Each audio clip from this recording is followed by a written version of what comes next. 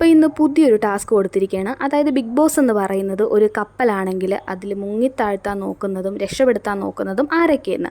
അനീഷ് അപ്പോൾ പറയുന്നു ഷാനവാസാണ് മുക്കിത്താഴ്ത്താൻ നോക്കുന്നതെന്ന്. അതുപോലെ തന്നെ അക്ബർ പറയുന്നു ക്യാപ്റ്റനാണ് മുക്കിത്താഴ്ത്താൻ നോക്കുന്നതെന്ന്. നമ്മുടെ അനുമോൾ പറയുന്നു അക്ബറാണ് മുക്കിത്താഴ്ത്താൻ നോക്കുന്നതെന്ന്.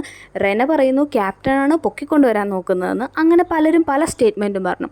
അതിലേറ്റവും ശ്രദ്ധേയമായ സ്റ്റേറ്റ്മെൻറ്റ് എന്ന് പറയുന്നത് ശൈത്യയുടെയാണ്.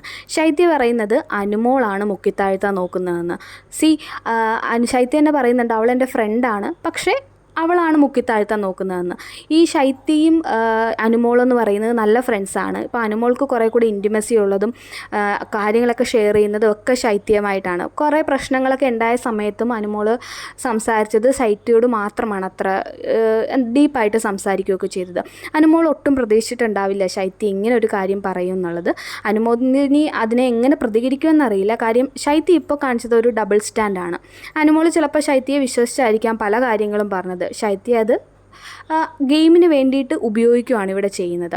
അപ്പോൾ അനുമോൾക്ക് ഇനി തൊട്ട് ശൈത്യയെ വിശ്വസിക്കേണ്ട ആവശ്യമില്ല സത്യം പറഞ്ഞാൽ.